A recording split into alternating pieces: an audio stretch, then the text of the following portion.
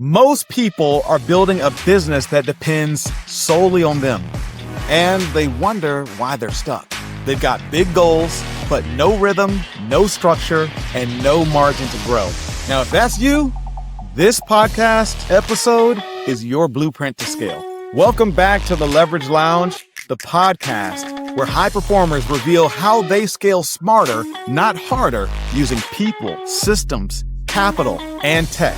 I'm your host, Mike Collier, and today I'm talking to a man who knows what real leverage looks like inside of a fast-growing real estate business.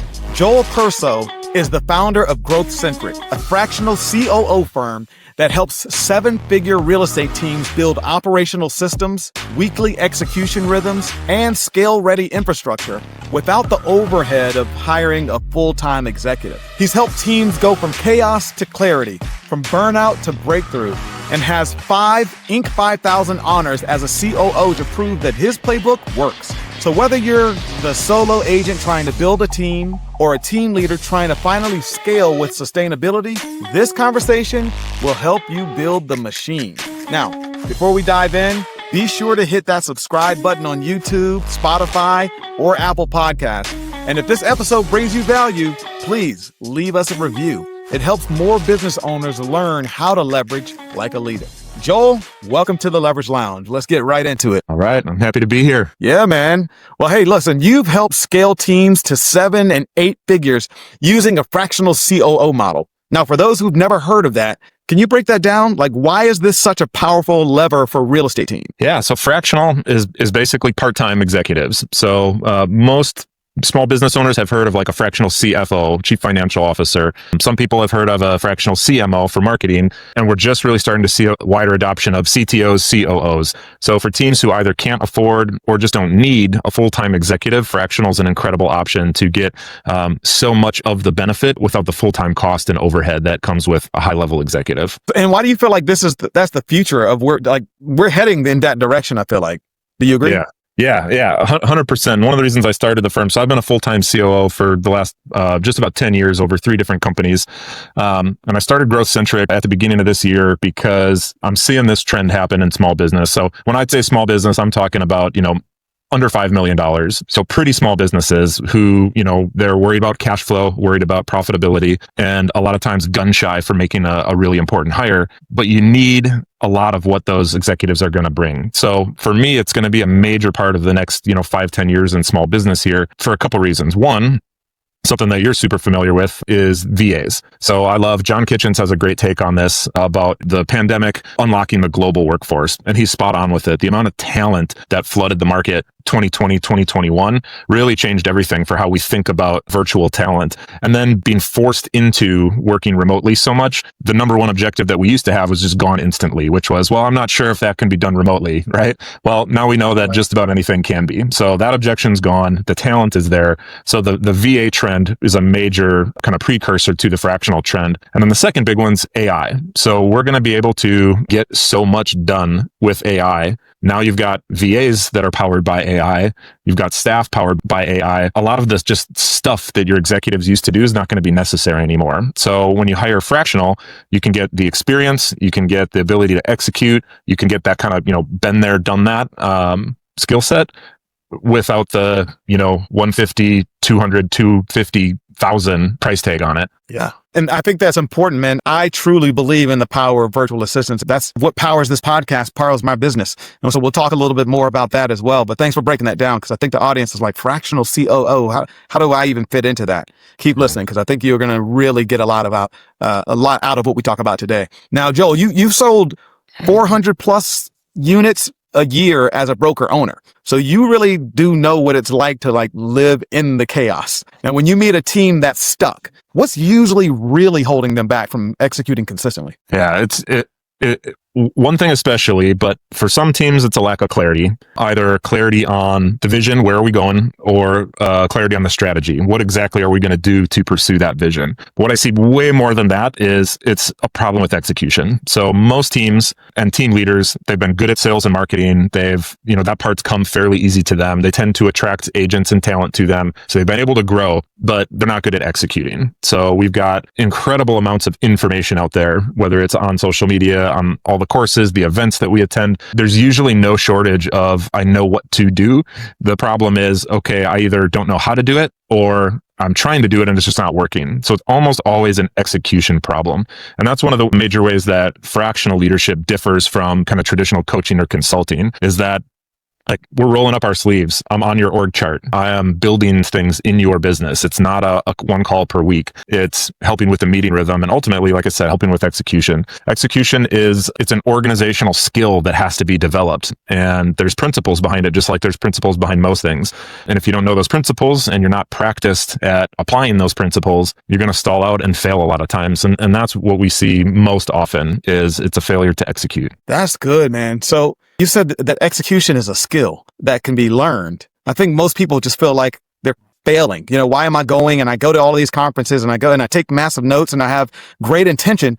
But even if I start executing, I don't finish. But you said it's a skill. So what's the first system or rhythm that you put in place that usually creates that traction that they're looking for? I'll get to that in just a sec. But before we even get to that, one of the major failure points is, and you'll appreciate this, you've been in all of the rooms with all of the big producers, all of the big teams. Most people are still trying to do too much. So you've got too many priorities, too many projects, and it's just a recipe for failure. So again, getting back to the value of fractional is, let's say, you and I are working together and you're like, hey, Joel, I want to do this. We got to execute on the podcast and I want to grow my YouTube and I want to focus on this new lead gen and we got to recruit.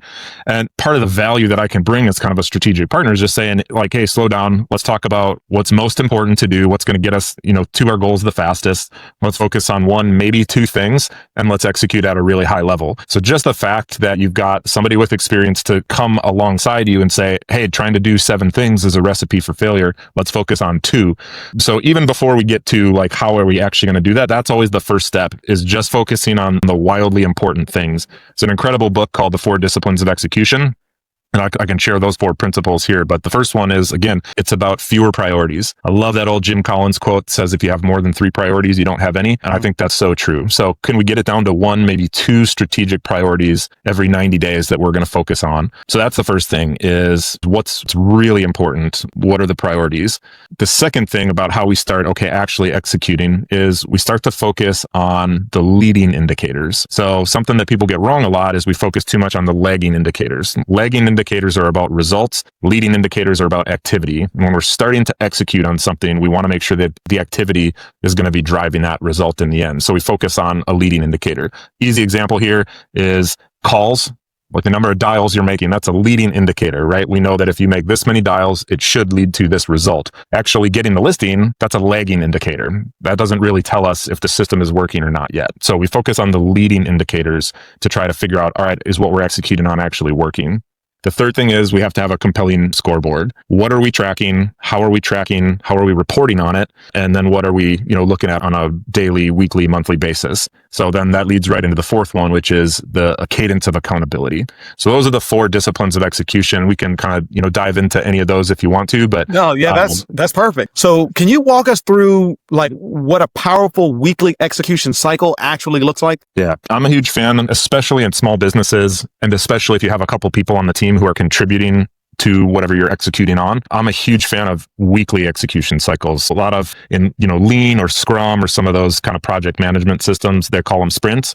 And I've kind of adopted that too. So we call them weekly sprints. We've got a meeting that happens every Monday. We call our sprint meeting. And we're going to look at, what are the priorities that we're trying to execute on? What are the tasks that we need to accomplish in order to move that project forward? And, what can we commit to over the next 5 business days here that's going to do that? And so you'll have sprint meetings where it's like, hey, not much else going on in the business. We get a lot done this week. Some weeks are busy and you're going to get a little bit less done, but we do it every single week. We review the progress from last week. We talk about what we can commit to in the upcoming week, and then everybody just gets to work. When you start each week with the sprint planning and sprint meeting, you get a lot of clarity. Again, back to one of the other reasons people fail with execution. Everybody knows exactly what they're doing this week. And so the accountability is easy because we've got it written down somewhere. Could be as simple as written down in an email or in a Slack channel. What exactly everybody's going to do this week? When does it need to be completed by? And what does done even mean? So sometimes, again, we get off course because what does it really mean to, okay, how do we know we executed, right? Like, what does it actually mean to be done with something? And so that's part of that planning process too, is what does it mean to be done with this? Is it just that I built it, or is it that I trained the people on it and then I checked to make sure that it was working properly, and then I put in the accountability cadence at the end? So that idea of what does done mean is a really important piece. Do you feel like the biggest problem is the fact that a lot of people just don't know how to do what needs to be done, or maybe they do know how to do what needs to be done? I think about the quadrant that we talk about a lot of times. I know John Kitchens, when I was coaching with him, that's one of the things we talked about often, is like the competence cycle, right? Like, you might be good at something, but should you be the one that's doing it? And then there's certain things that you're doing that you're not good at, but you're still doing it anyway, right? Because it has to be done. That's why I actually built smarthireva.com. Because the moment you start building systems, you realize you can't be the one doing everything. So Smart Hire VA, it connects you with trained virtual assistants who understand operations, follow-up, marketing, and the back end of real estate. They're really the implementation layer that makes the strategy work. So if you guys are hearing what Joel is laying down and you're ready to start executing at a higher level, go to smarthireva.com, because you don't need to hustle harder. You need to hire smarter. And so what do you see in that quadrant, Joel? Is it that they're just doing way too much of stuff that they shouldn't be doing themselves? Yeah. Bringing in the VAs is a great point right now, specifically, because even the entrepreneurs who are great at starting and building things, and we know a lot of entrepreneurs are great starters, a lot of them are even good, like mostly executors, right? Like they can get the documentation done, they can train the team on it, they can shoot the Loom video, and then we check back in a few months and find out that it's not happening. Like, they're not doing the thing that I told them to do, right? We lost it somewhere. And the reason that happens is because, okay, Mike, you built something, you implemented it, who's going to manage it? And so if you're the one who's managing it, every time you build something, you're adding more to your plate in terms of managing. So if you don't have a new job every time. Exactly. And so a lot of entrepreneurs will end up with, okay, you execute at a really high level, but you don't move the management off of your plate. You don't delegate that. You end up trying to manage 30 processes yourself, pulling reports yourself, checking, the KPIs yourself, whatever it might be, right? Filling out the checklist yourself. Even when it's executed on, when it's implemented, you have to get the management off of your plate. And so that's where, what is done look like, the scoreboard, the accountability cadence, those pieces become really important, because you should not be managing the things that you built. Somebody else has to be managing those. Building them is the skill. That's the hard part. Managing them, if you do it right, should be pretty easy, which again is why it's so powerful to bring VAs into your business, because, okay, we implemented and now we moved it off of my plate. Now somebody's managing it. Now what I'm getting is the scoreboard and then the accountability cadence. And the easiest way to do that is, hey, we're going to have a one-on-one once a week, maybe once every 2 weeks. We're going to pull up the scoreboard. We're going to talk about it. Hey, are we on track? Great. Are we off track? Let's talk about why we're off track. And that's the accountability cadence. And they call it a cadence for a reason, is because it never stops. You always have to be inspecting those things. Maybe it only has to happen once a quarter, once a year for some things, but most things we have to be looking at them regularly. You're not doing it. They're managing it. They're pulling the data. They're providing the report, but you're reviewing it together in your one-on-ones. That could be, 10 minutes to check all of these things that you built and implemented. Talk about leverage, right? All of these things that you built and implemented in a 15-minute one-on-one, you're making sure that they're all still functioning properly. And so, yeah, it's a huge piece of why entrepreneurs fail is, okay, we did execute, but it fell off. It's not working anymore. And why not? Because probably because you're still trying to manage it. So I fell into that trap of, I am that visionary. I have these ideas, I'm a creative. And so I have all of these ideas, high personality. So I have these ideas of like what it's going to look like and feel like, And so I would come up with a lot of these ideas, even in conversations like what if I'm talking to someone like yourself, I jot these ideas down, and you start finding yourself implementing more ideas, and you keep on coming up with these ideas. And before you know it, you're like an idea central, right? Like there's more ideas than you can truly ever actually execute on, at least well. And so it sounds like, Joel, you're able to help somebody like myself or a leader who's listening get out of the clutter. And it's like, all right, what do we need to be focusing on? Like you said, maybe it's one or two things that we need to be focusing on, at least for this short amount of time. How do you have that conversation, man? Because, people with big ideas think every idea is a good idea.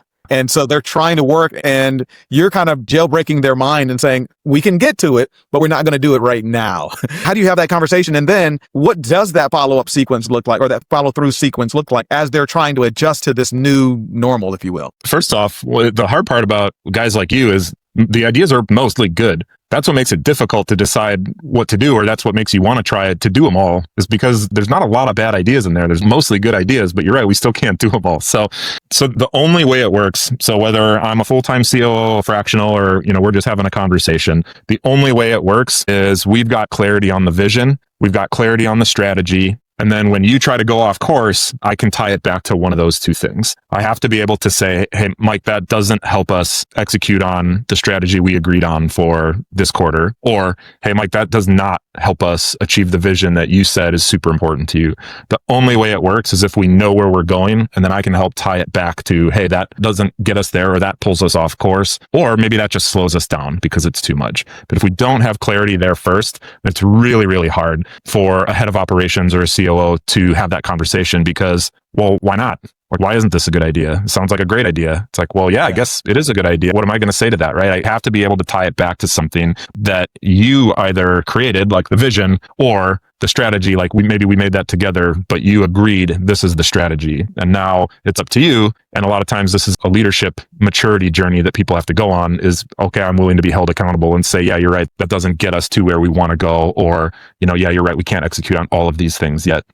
So that's how we have to have the conversation. And then what do we do with all those ideas? Again, I borrow another principle from the Scrum methodology, which is mostly a software development, project management thing, but I found it to be really helpful in small business, which is the idea of the backlog. All of the ideas go on the backlog. And that could just be a piece of paper. It could be a spreadsheet. It could be, again, a Slack channel. Put it on the backlog. Put it on the backlog. Hey, we're not going to do that right now. Put it on the backlog. And then when we get to our quarterly strategic planning, we can pull the backlog out and say, hey, do any of these ideas that we had over the last quarter or last year, whatever, make sense for us to make one of our few priorities now? And maybe the answer is, yeah, hey, it wasn't the right time to do Leverage Launch podcast last year, but it was the right time to do it this year. So that could be, hey, that was on the backlog for a while. I know you were thinking about it for probably years, right, of launching a podcast like this. So that stayed on the backlog. Maybe the backlog was just in your head at the time. Right. But what that does too is it gives the visionary the peace of mind that, hey, we're not going to lose all my good ideas. Like, they're still there. But it also gives the head of operations or the integrator the ability to say, hey, I'm not saying no. I'm just saying, let's put it on the backlog and talk about it a little bit later. Because right now we already know what we have to do. That's cool. That's cool because you feel like you're not abandoning your babies. You know what I'm saying? When we have these brain babies, we're like, it's so cute. Like, take a look at it. It's beautiful. And you're like, yeah, it's beautiful. We're not going to tend to that right now. Yeah. So when that happens, you have all of these ideas. Let's back up because something else that you mentioned. When you start this conversation with these teams, are you taking them through like a clarity exercise? Because you ask, what's the goal? The goal of any sales team is to sell more, right? And so it's like, all right, okay, I know we want to sell more. What are we selling and where do we want to get to? And I imagine it's kind of reverse engineering, but there's a lot of nuances in that. I could turn on the lead faucet over here and start generating more leads and get more sales, but I could also start my YouTube channel and I could get more sales that way. And then I can also start a team of higher producing agents, low level to high level producing agents who are helping to generate more revenue. And so again, all of these are good ideas. How do you help a team leader or even an agent, let's just say, decipher which one is the next best step? Yeah. So again, it starts off tying it back to the vision. This is a super important piece for especially the team leaders out there, especially the team leaders who want to grow, is you have to decide what you want your business to be. What kind of people do you want to work with? Like, do you want to have 100 agents? Do you want to have 10 agents? Do you want to have a huge staff that you have to, develop leaders to manage? Do you want to run really lean? Do you want to focus on a higher price point? Do you want to focus on volume? I mean, there's 100 questions. So it just has to start with you deciding what kind of business you want. And that's the core of what a vision is. Fast forward 3 years, tell me everything about your business. What does your office space look like? What part of town is it in? What kind of car did you drive to get there? Do you have an in-person assistant greet you when you walk in the office? Do you not? Do you only have VAs? What kind of meetings do you have? Does your sales huddle have, again, 100 agents there, or do you just have a few? There's just all of those things that you have to decide first. And then the integrator, myself, or maybe your full-time head of operations, like, okay, great. Now we can help design how to get there. And so now, again, we have some clarity there. One of the questions we'll ask, what strategies are going to be most in alignment with that? So if you don't want to manage a bunch of agents, well, then I'm not going to suggest that we go all out on, recruiting 25 agents this quarter, right? That's not going to be. But on the flip side, if you're like, yeah, I want a huge team, as many agents as I can, that fires me up, that gets me excited. Great. We got to design a really great recruiting system to keep, people coming in regularly through the door. And same kind of thing on the lead gen side. What's more in alignment? Is your personal brand really important to you? Then yeah, absolutely. We have to be on YouTube. Is that a little bit less important? Could we accomplish what we want to do by buying leads from Zillow, from pay-per-click, whatever that is? Has to be in alignment. And then part of it will be, what's the opportunity, right? Are you going to be the 8th biggest YouTube channel in your market when you start off? Well, maybe we should still do it, but maybe we can't rely on that to be a major source right away. That's going to take more time to start overtaking those. Maybe there's no Zillow zip codes available in your market, and that's not going to be an option for you, right away. So some of it's going to be, what's the opportunity? Again, all that stuff comes out in the strategic planning process of getting clear on what we're going to do. Gotcha.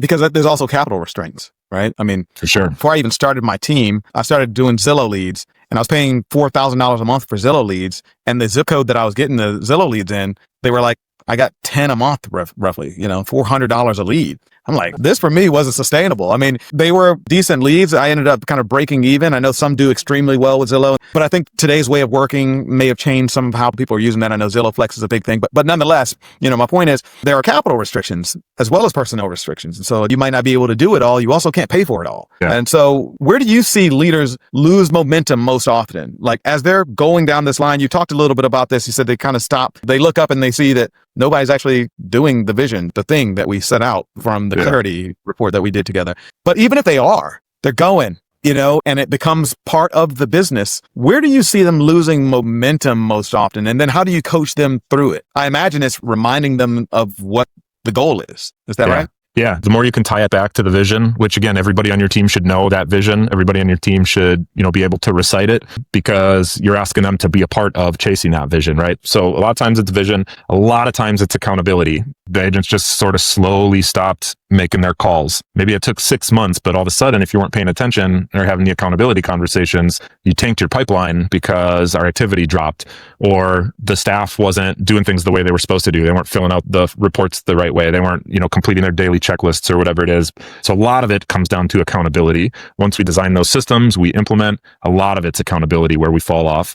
Even if we're moving forward, we could be moving straight forward, but we're kind of zigzagging. We're like, okay, should we run Indeed ads to recruit? Oh, what if we did an incentive plan for our agents? Well, we're not going to do Indeed anymore. Okay, well, the incentive plan for our agents to recruit didn't work, so we're zigzagging. And maybe we're making progress along the way, but that's a lot of work to be zigzagging, right? So if we're really, again, more clear, executing at a higher level, we can just move straight forward as opposed to just losing momentum, zigzagging. A little bit of that's always going to happen, right? Some things aren't going to work as well, and we have to be able to recognize that and adjust for it. So some degree of zigzagging is just kind of reality. You can lose a lot of momentum by zigzagging. I think about a rocket ship. May have heard that analogy of like, there's so many calculations that are being done per second as a rocket ship is getting out of orbit and headed into space, right? And if it's just like a couple of degrees off, then it ends up in, wherever, right? In Neptune instead of headed over to Mars or whatever, right? You're right. There are adjustments that have to be made,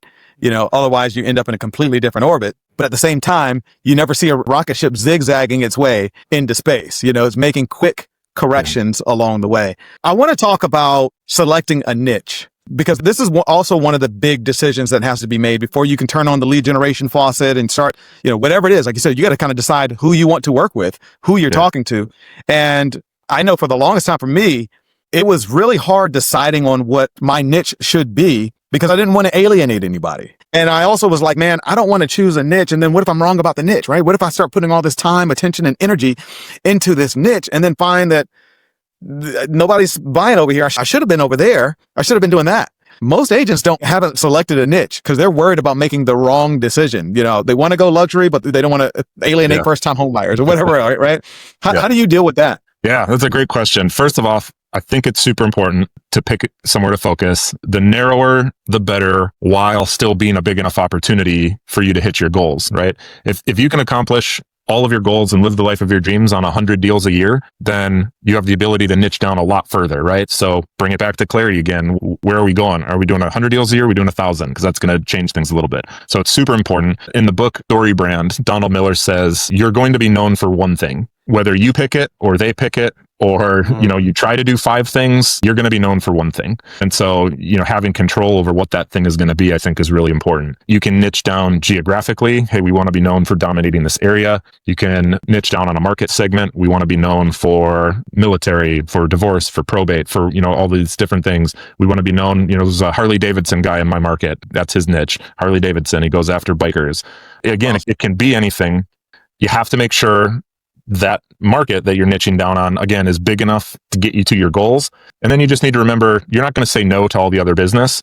Maybe you lose something now and then from somebody who, I didn't think you would work with somebody like me. Like, sure, that will probably happen. What's more likely to happen is you become known as an expert in something and people are drawn to experts and they'll probably call you anyway, even though you're not exactly, matching the niche, or they're not really a part of your niche. So I do think it's really important. If you're really unsure, start with the geographic and say, what kind of houses do I want to sell? What kind of clients do I want to work with? And where are they? Now we go do some research. We find some neighborhoods that have a high enough turnover rate that are going to get us enough deals. And then we start building it. And it doesn't mean you have to, cancel all your Zillow zip codes that are in other zip codes on day one. It's going to take a while to build that brand, that recognition, that expertise for whatever your niche is. So that's a long-term play. But gosh, if you're going to be in the business for the next 10 years, start doing it, because it will pick up momentum like an avalanche. Absolutely. And another way to do that is really look at past tells the future, right? Like, who have you been selling to? Sometimes you look at it and you go, wait a minute, I did this. I found that 90% of my business is relocation business. These are people coming in from other states who find me on YouTube or, social media. And they're like, I love that guy.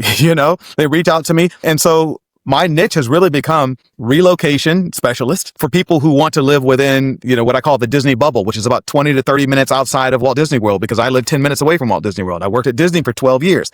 I'm a Disney guy, right? So Disney people get me. I try to bring the Disney guest service into the real estate transaction, and as soon as I say that, my people, they completely get that, serving as a Disney ambassador when I did. It's like people who love Disney understand that language and it resonates with them. It speaks to them because of the zip code that I live in. Even my average price point is pretty high. So it helps, but there's also, I don't live in the same neighborhood as, Tiger Woods and Shaquille O'Neal and all of them did, but that's literally like 10 minutes up the street from me. I could go into the luxury market if I wanted to, which is relatively easy as far as geographic is concerned, but there's a lot of other decisions that have to be made before I do that, right? And so I think it's a great conversation, because I teach a class called Riches Are in the Niches out of my office in Orlando. And we talk a lot about this. We talk about the occupational niche, the geographical niche. There's so many different types of niches that you can choose. And I think for a lot of agents, this conversation is truly helpful. Yeah, I think a really important part on niche right now, I'm sure you include this in your class, so this might be a little redundant for your audience, but the narrower your niche, the more insulated you're going to be against what AI is going to be able to do to your business. I just use this example on a call with kitchens. I live in a specific subdivision, and there's a group of people right now getting ready to make a play to get one of the bylaws changed in our HOA docs, right? That's not public anywhere. Nobody's going to know that. I know that. So if you're looking to buy a house in my neighborhood right now, I can give you information that nobody else can. Probably no other agents, but certainly not any AI right now. So hyper local knowledge is going to be, maybe one day AI kind of make a dent in that, but it's just not the same right now. So hyper local knowledge is going to be a protection against AI. Just the more embedded you are into whatever your niche is, if it's a hobby or an occupation, it's going to be harder to disrupt that type of niched expertise than it is for the people who just own a bunch of Zillow zip codes. I couldn't agree with that more. That guy that's in your hometown, you guys must have a lot of friggin' Harleys driving around your hometown for that to be his niche. Is that? Yeah, well, world headquarters for Harley Davidson's in Milwaukee, so he does have a lot. All right, that makes more sense. I'm like, man, that's a really specific niche, but yeah. I mean, I guess there's a lot of Harley drivers, but that's cool. Okay, that makes more sense. He's got a real nice business, but he's not going to do 1,000 transactions off Harley riders, but he'll probably do 50 as a solo agent and have an incredible business. So there we go. So it's just a matter of what he's trying to do. What's the goal, right? Again, like you said, maybe he's not trying to sell 100, 200, or 1,000 homes a year, but like you said, 50 to 60 to 70 homes, then he can do that and really niche down and have fun doing it. Yeah. That's the thing. So many team leaders are scaling, but at the cost of their time, their health, their families. There's so many top performers that are out there who are on their, second, third, fourth marriage. Yeah. They're the best agent in their city, but there was a cost to be the boss.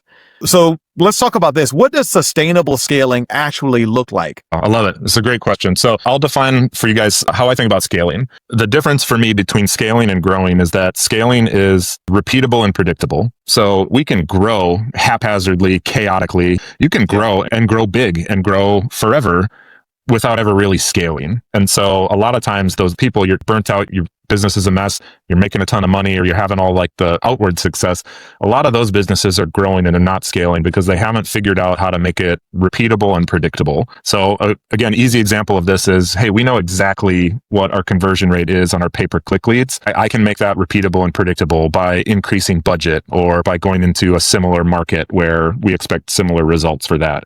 Now I know what kind of business to expect. I can predict what kind of staffing needs. Hey, at what point does our TC process break because we have too many deals? Great. I can get ahead of that and hire one ahead of time. At what point are we going to need additional, marketing support, whatever that is. So you can make it repeatable and predictable. And that's the fundamentals of scaling. So you can do the same thing on recruiting. Hey, we know that when I talk to this many agents, I'm going to set this many appointments and I'm going to hire this many agents on the team. And we know that an average agent on our team does this many deals. So again, it's predictable and it's repeatable, and that's how we scale. Another key component is it has to be a lever you can pull in order to scale. You have to be able to move faster if you want to in order to really be scaling again, or we're back to growing. And there's nothing wrong with growing, right? That's what most businesses do. But if you can figure out how to make it scalable and repeatable, you have a massive head start over everybody else who doesn't understand that yet. And then again, now we're back to, okay, how fast do you want to move based on where you want to go? That's really good. I hadn't thought about that from a lever standpoint. In order to be able to call it a lever in scalability, you need to be able to ramp that thing up if you need to, or scale it back if you need to. Yeah. Otherwise, it's just growth, right? Yeah. And again, nothing wrong with growth. That's what most people do. But I do believe there's a difference between growing and scaling. I absolutely agree. So what's one habit or maybe a mindset shift that you would say is absolutely necessary if somebody wants to build something that doesn't depend on them? The absolute number one, and you don't even need to read the book because it's a pretty simple principle, who, not how. Absolute number one. And the who, not how mindset is not just about hiring people, right? It's about who can help me with this, who can solve this for me, who can do this for me. It doesn't have to be a hire, right? It could be a VA, could be AI, could be a fractional executive, could be a mentor, could be a coach. Start thinking, all right, who can help me solve this problem, or who can do this for me? And you'll immediately start to look at things differently and start to realize like, yeah, I don't need to do that. Maybe I even have the person on my team who could actually just do that for me, right? And you need to get better at delegating. Delegating is part of who, not how. Hiring is part of who, not how. I think coaching and mastermind groups are part of who, not how. Who's literally done this before that can come in and help. That's a major piece of what I'm doing with clients right now and why they hire me is you've done it before. Come help me do it now. And they bring me in to help them, accomplish whatever they're trying to accomplish. So that's the number one is who, not how. Read the book if you want to. It's a good book, but the principle is not super complicated. It's just, that's the first question you ask when you have a problem is who can help me with this, who can solve this, or who can just do this for me. One of the things I found about that book that I loved is the concept of even sometimes your who needs a who. We tend to sometimes, we have all these ideas that we talked about and all these strategic, initiatives that have to get done in order to accomplish a goal. And so sometimes agents will hire their assistant or they'll hire an ops manager and then they just dump. This is really bad, especially in the VA world, right? With virtual assistants, they're like, oh, I can pay you very little money and give you a ton of stuff to do, right? I'm going to have you checking my emails and I'm going to have you doing my calendar, my social media. You're going to be making my phone calls. I need you to be my ISA. I need you to be my, they're just dumping it on them and then they're ready to fire them or they're upset that they're not getting the traction that they expected. Yeah. And it's just, I've seen it happen time and time again. And I always try to caution people before they ever hire a virtual assistant, especially don't do that. The fact that you're actually paying them a lot less means that you can get more of them to be specialized. So get a social media manager and that's all they do. Get a client success manager and that's all they do. They shouldn't be doing a little bit of everything. What are your thoughts on all that? Yeah, I totally agree. And I think what you just said, you said it in I might be paraphrasing here, but when sometimes the who needs a who. One of my favorite ways to use virtual assistants is in supporting the rest of your leadership team or your key people. Your TC is getting busy, get them a VA who's a junior TC. Your sales manager is getting busy, get your sales manager an assistant who's a VA. Your head social media person is getting busy, get them somebody who's just making graphics or focused on reels, whatever it is. But VAs are the ultimate who for your who's. because they're an incredible source of leverage, but use them as leverage for the rest of your people too, not just for yourself. Correct. Man, that's fire right there. All right, so let's get to our lightning round. I got a lightning round for you, man. I'm going to ask you quick fire questions. Just answer in one sentence or less. Give me what you got. Ready for this? I'm ready. I'm not usually good at one sentence, but I'm going to do my best. It could be a few sentences. There's grace in the leverage lounge. All right. The first one. The biggest mistake you see in hiring ops people? Thinking they're motivated the same way as salespeople are motivated. Okay, tell me.